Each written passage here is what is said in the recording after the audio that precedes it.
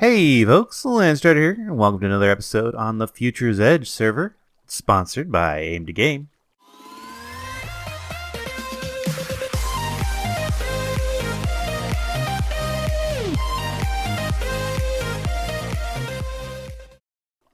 I'm here today. We're going to put together an Endergenic Generator. Yes, today's episode is going to be dedicated solely to that, so it may come out of order and you might see me having things that I might not have yet in the regular series, but I wanted to put this together and I wanted to get it out there for folks. So let's start with the list of what we're going to need to put all this together. So we're going to need all these materials to make the Endergenic generators and all the other components that are going to go into this overall build. So this is going to actually be a fully automated Endergenic generator using EnderIO.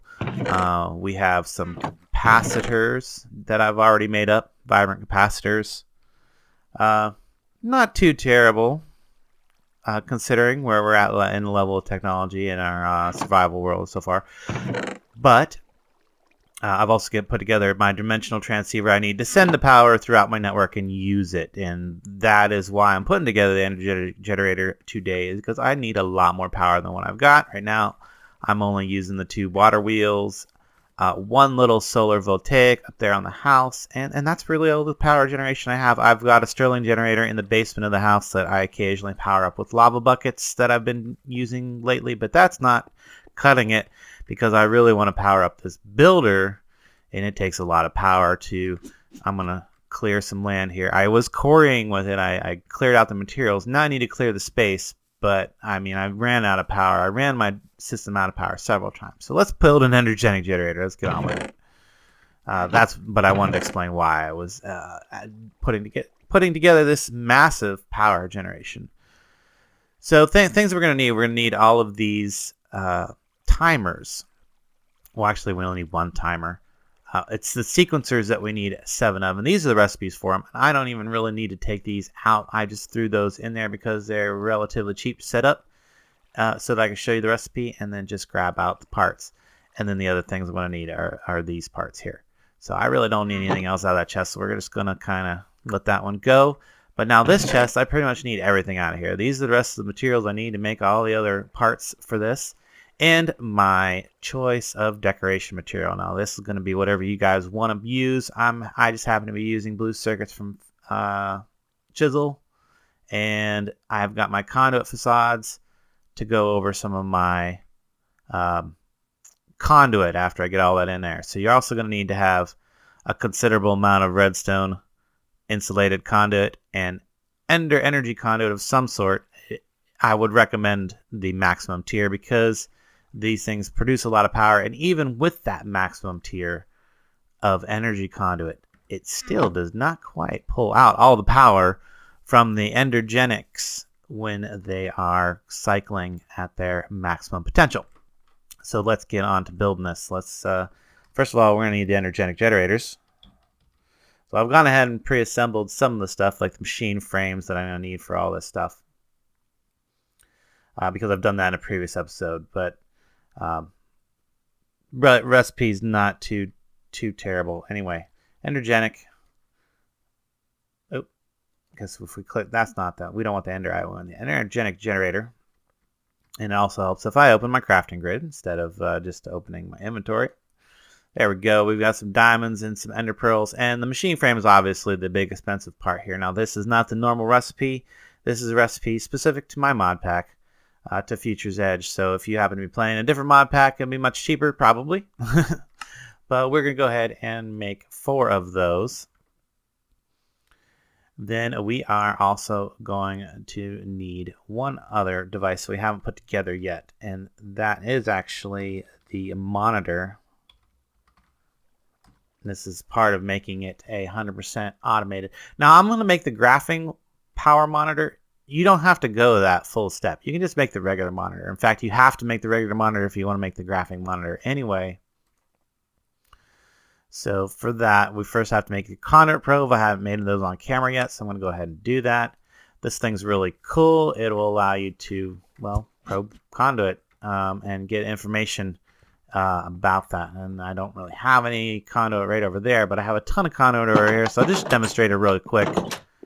Well, first of all, I can see through. Yeah, there's a little graphical glitch there, but there we go. I've probed my conduit in there, and it gives you a bunch of information. Well, actually, there's quite a bit of information. Anyway, it's the core component of the power monitor.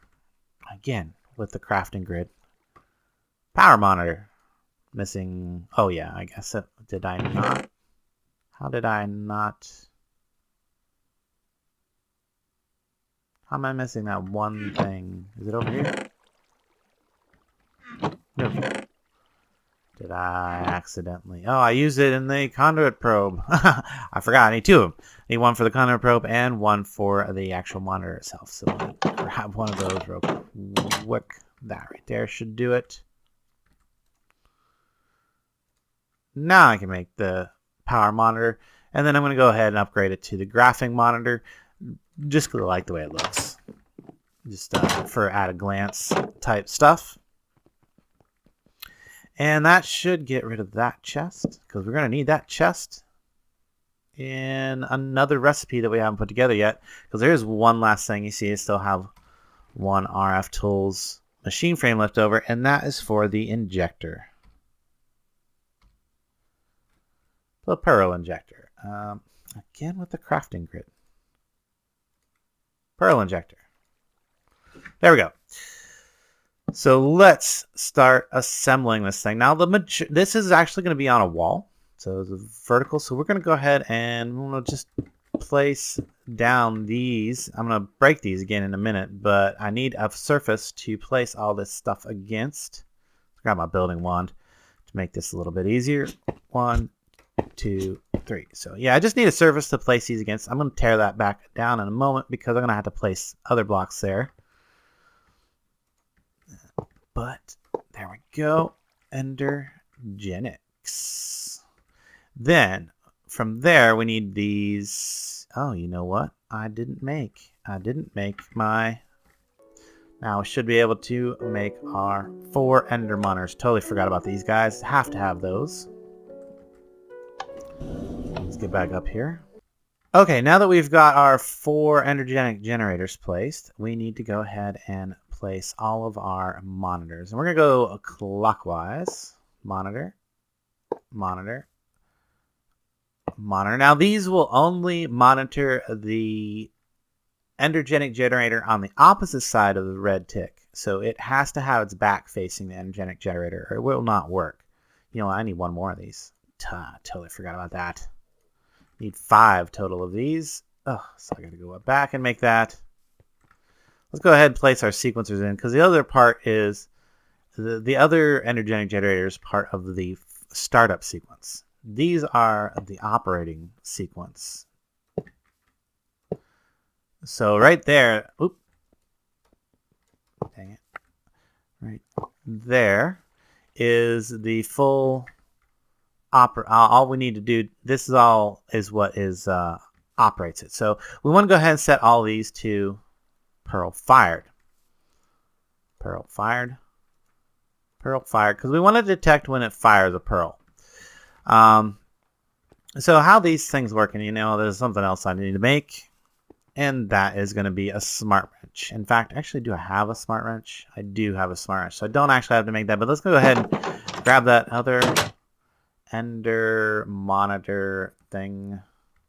So this last Endergenic monitor. So pretty much this is the profile that you see above ground, but it does extend down into the ground a little bit. Now we can go ahead and remove these. Ooh, our pick is OP. Go ahead and remove those. And this final monitor actually goes underneath one of the bottom ones. Now I'm going to use this side. Oh, busted into a cave down there. That's okay. But that's going to go face down. Remember, it has to have its backside, basically opposite side of the red, facing the Endergenic generator, and the red thing is where the redstone signal comes out whenever the conditions are met. And again, this one is pearl fired. And usually, it really wouldn't matter. You could use pearl fired or pearl arrived on this one, that really doesn't matter as long as it's not lost pearl. But we're going to stick to pearl fired all throughout. Now the next thing we need to do is link all of our Endergenic generators. And you see, as soon as I get the smart wrench out, I get a lot of information floating over these. That's going to come in very useful later, but with the smart wrench, I can take and right click one of these, and then it says select another one as a destination. I'm going to set it up there. So it fires a pearl from one to the next. And as it fires these pearls around and catches them, as each one catches it generates energy, and it also takes energy to hold the pearl. So you don't want the pearl staying in your Endergenic generator very long, like basically one tick. So what we want to do, as soon as this one fires, now you noticed that whenever I went around there, I said 2 tick, 2 tick, 2 tick. So it takes that long for the pearl to travel from one to the next. And you don't really see it, but just imagine there's a pearl traveling. This will fire a signal as soon as this sends. So we want this one to 2 ticks. In 2 ticks, it's going to arrive. So we want to go ahead and blast it off again. Now, the other thing that these Endergenic generators is they require redstone signal to go into a different mode. Right now, you can see that they're not in a mode. They can be in a couple different states. They can be in receiving, or 2 different states: receiving or not, and waiting, or holding and waiting, and idle. There's probably 3 states. Anyway, 3 states. But when they're in their ready state, basically you have to hit them with a redstone signal, and they basically get ready to collect the incoming pearl. That pearl needs to arrive 10 ticks after it received the redstone signal to get ready for maximum energy output. It can arrive as many as 15 ticks later, and as soon as like 1 or 2 ticks later. But you're not going to get very much power if that happens. It will work, and it will collect the pearl, won't lose the pearl, and then you want to immediately fire it on again. So once it receives the pearls, the next time it receives a redstone signal, it's going to fire that pearl to the next Endergenic generator. Okay, hopefully that's enough of technical explanation. Let's just get on with the rest of the building. So, a couple things to note about these. There's different modes for these.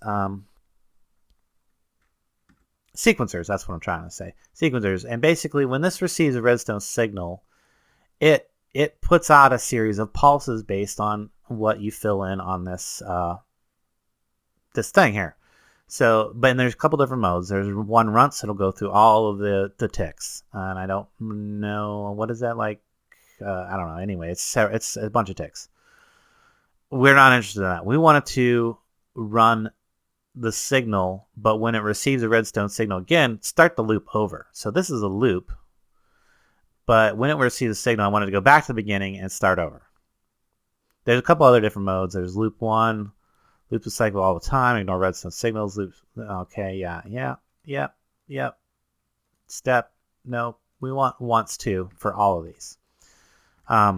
So that's important. Make sure you do that or it won't work. So go through, set to once to. We're going to go with all the same timing to start with, and we will fine tune it later after we actually get it working, because that's basically that should work. So these are all set to pearl fired. These all have the same on 3 and 5 and once to. Oop, almost forgot to do that one. I was going to say, I could swear I didn't do one of them, and I didn't. So there we go. That's all that. I should have left these in for just a moment longer because I need to place the capacitors in there. Well, I don't need to, but this is where they're going to go. So I'm going to go ahead and place them there. Now, you might say, why are you building this out in the middle of the yard? And that is because it's not going to stay here. But the area that it's going to go in is not clear. So I'm going to build it here and then move it later. But it also makes it nice and easy to show you what's going on as I'm building it. So there we go. There's where my Ender monitor and my thing is going to go. Let's go ahead and throw in the energy conduit at this point so we can just see where it's at. Now, energy conduit can come straight down through there. And we actually need it to pop in right there because we need it to connect to the monitor and the capacitor separately. So we're going to connect it like that. Now on the back of the capacitor is where I'm going to put my timer and logic circuit. So first of all, we're going to have a timer right here. And then we're going to put our logic circuit. Now I'll explain a little about that here in a second. So that's going to go like that. We're also going to put one of our extra sequencers here. And we need to put our couple other sequencers someplace else, but they're going to go down here underneath. So this is part of the part that goes down here. So let's put in a little bit of our insulated redstone conduit so we can see where that's going. That's going to come right up to there. We need to get a signal there. We need to get to there. We need to get to there and there, and we're going to need to come up to there. Okay, I think, and we need to come out to here. So now I need to go through and like toggle a bunch of this redstone that I don't actually want connected. Is that my redstone? Yes, that's redstone. So no, I don't want, I just want you to go away. Go away. Go away. Go away. Now this one up here though I want to stay. So, and I'm also going to change it to yellow. So, and then I got to come in here and tell it to emit a redstone signal when it is less than 50% full. I want it to stop when it is actually 80% full. Yeah, 80%. Because it's gonna, there's a lot of energy is generated. Like once this actually triggers the don't run no more, it may still be cycling and generating power at the moment, and it may continue to generate quite a bit of power after that. So it could potentially fill it up even at stopping it at 80%. Although these are vibrant capacitors, and that's 50. Yeah, that's a lot of power. And I don't even know. Oh yeah, I remember. These had a little bit of power because they got some power from my my wireless network when they were in my inventory when I was building them. So that's no big deal though. All right, so I think, well, yeah, we got to put our last two thingies in here, which are going to actually go here. Sequencers, that's what I'm trying to say. Sequencers, there we go. There's our last two sequencers. Which means we also got to connect that right there. But yeah, that's the little part that bumps down into the ground. Unfortunately, I couldn't get away from that. You could put one of those sequencers up here, but you got to bump down in there anyway to get that that Ender monitor on there. So I just figured, might as well put it all down there. I didn't want to go any further down, so that's why that one's up there. And it really doesn't matter where they're at because we're going to be using channels. So let's get to setting all of this up. There's still a few things I need to disconnect, like this one doesn't need to be connected. That doesn't need to be connected.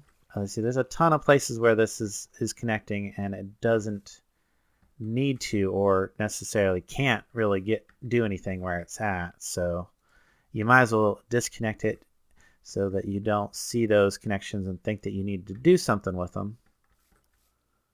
Because actually I didn't need that one right there, did I? Well, we'll just disconnect it there. We'll leave it there anyway. So this one right here, ooh, let's fill a little bit of that dirt back in so we don't fall in the hole all the time. I'm gonna go ahead and set these colors up. It'll make sense when I'm done because I've done it. So this one's also gonna be pink, and then that one right there is gonna be pink. Did I set the right one? Yes, I did. Okay. Get up here. That doesn't need to be connected, or that. Now, pink. Pink. One final thing I need to put in here. Almost forgot. And that's the other thing that bumps down. Is the pearl injector. It has to be touching one of the Endergenic generators, and that is also where the path of the pearl starts. So, and then we're also going to need to put our redstone cable there to touch that. That does need to get a signal at some point. Okay. First of all, let's set our clock up to 60 ticks. It can actually be lower than that, but I think 60 ticks is more than sufficient. Let's change our logic here. So it's going to take, if we look in here, we see ABC. So look at here, ABC. So B is the clock, and C is this redstone input, and the output is down here. The output is actually going to be the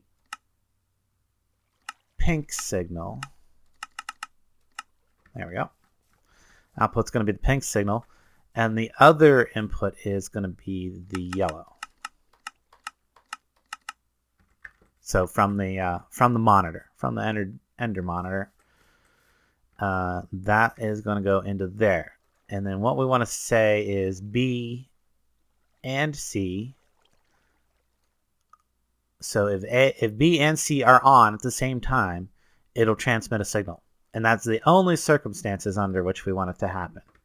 Now, if we wanted to, we could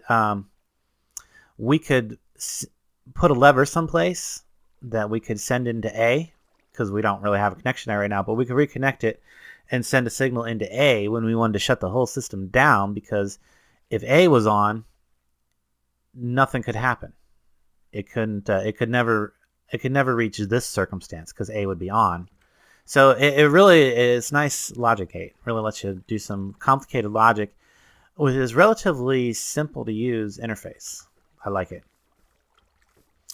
But what that's going to do is basically means that the only way that the clock is going to send a pulse into the system to start the generator is if the monitor is telling it that it needs to. So we apparently have a good amount. We don't have a ton of power, but considerably less than 50% anyway.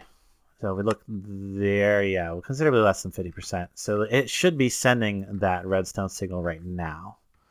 Now, right now, it's not doing anything because we don't have any of the other colors set just yet. We don't have any ender pearls in our injector either. So that's something you don't want to do until you get everything set up. So let's move on to the next thing.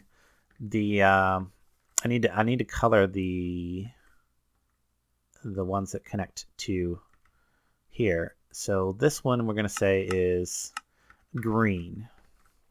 All right. So green, we'll say, let's see, which one is the one that needs to fire with pink? This one is the one that needs to be pink.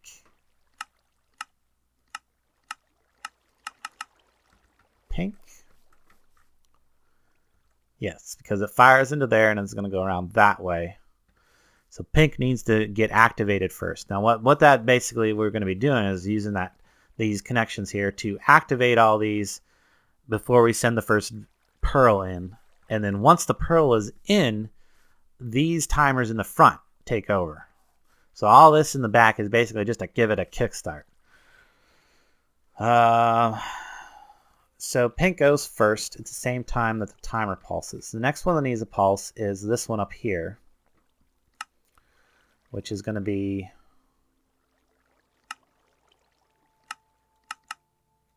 brown, right? Nope, I'm doing this wrong. This is the one that needs to be pink. This one needs to activate first because it needs to have the longest amount of time before this fires. This one needs to be second, which is blue. And then this one needs to be third, which which is brown. Okay. And then that one will remain green. Wait. Yes. Sure. Okay, so this it gets a little complicated here. So pink fires, blue fires, brown fires. Brown fires. When brown fires, we also want the pearl injector to fire. And then a moment after the pearl injector fires, we want green to fire. So let's set this one up here. We'll just make this one the blue one since it's closest to the blue one. And it is the second one to fire, so it needs to fire there. 4 ticks later. Then I said brown was next. So they'll make this one brown.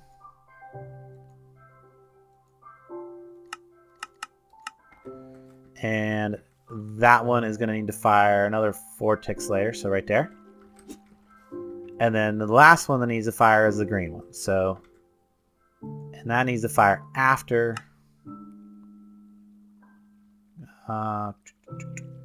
Yeah, green.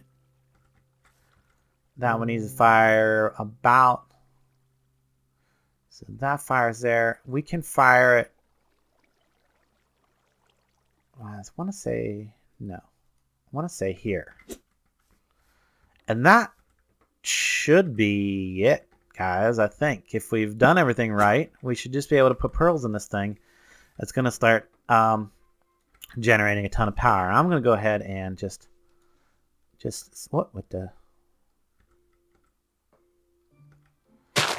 and just put a few of these blocks in so you can get a good idea what it's going to look like fully decorated in a ooh, yeah, I didn't know you could do that. Fully decorated in the wall in the building that it's going to be in later, or room, or wherever you put it.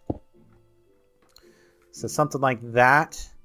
And then let's see, yes, I also did these right here. And then you need conduit facades.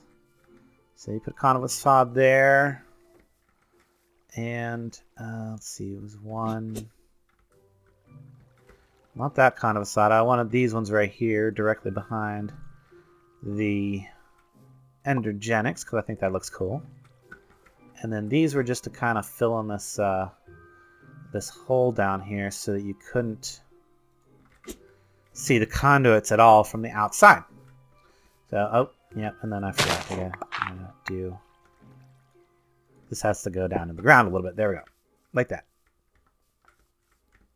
And there we go. There's the completed Endergenic Generator. All the thing I need to do is slap this dimensional transceiver someplace on the conduit, on the power conduit, which I'm just going to toss it right there. It's going to receive power. And then what we want to do is we want to send on land main. And now we're going to be transmitting our power out to the rest of our network. As soon as we add ender pearls, that's the last thing we need to do. Oh, I'm going to be hungry.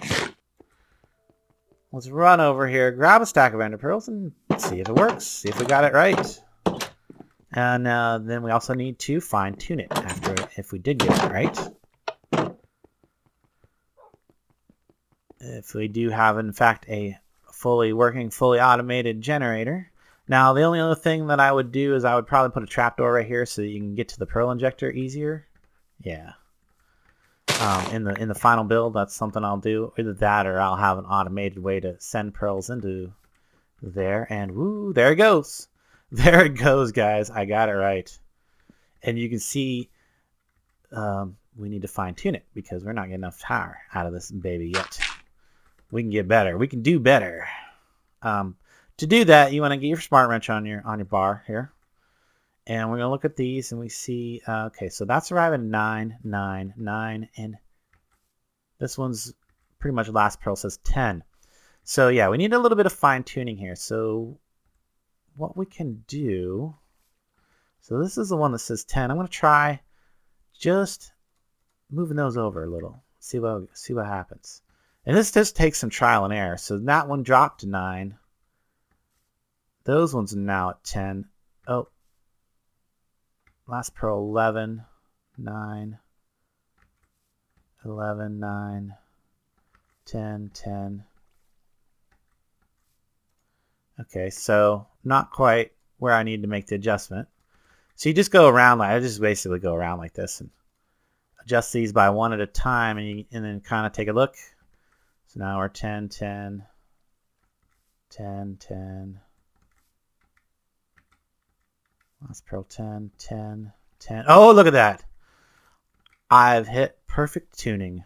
Perfectly tuned Endergenic Generator. So guys, I hope you have enjoyed this episode. Be sure and check out our sponsor, Aimed Game, for all your server needs.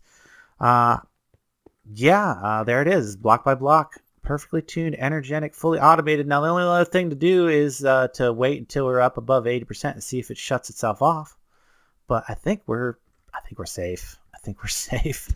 And then of course we want to use that power, so we're going to come over here. And one of the things I needed to do is clear this out. And I've already pretty much got this ready to go. So we can just kind of flip that on right there.